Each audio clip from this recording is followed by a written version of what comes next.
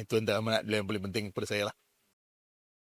Alhamdulillah, hari ini masuk hari keempat kempen PRN Negeri Sembilan. Sudah banyak yang kita pergi rumah ke rumah dan juga bertemu dengan pengundi, berbagai reaksi. Dan pagi tadi Alhamdulillah, saya berkesempatan bersama Datuk Seri Aminuddin Harun, mantan Adun Sekamat lah, bersama dengan saya pada pagi tadi solat subuh, kemudian sarapan.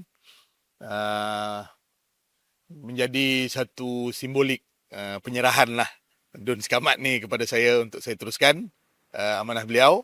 Dan saya sangat berbesar hati dengan kehadiran beliau dan mendoakan semoga kempen beliau di Dun Linggi juga berjalan dengan lancar.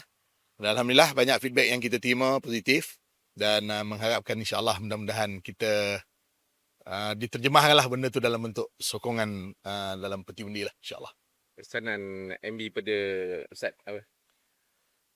Teruskan kecemerlangan yang telah ataupun amanah yang telah diberikan ini dengan sebaik mungkin, jaga rakyat Sekamat dengan baik sebagaimana beliau telah menjaganya sebelum daripada ni lah. Itu antara amanat beliau yang paling penting kepada saya lah.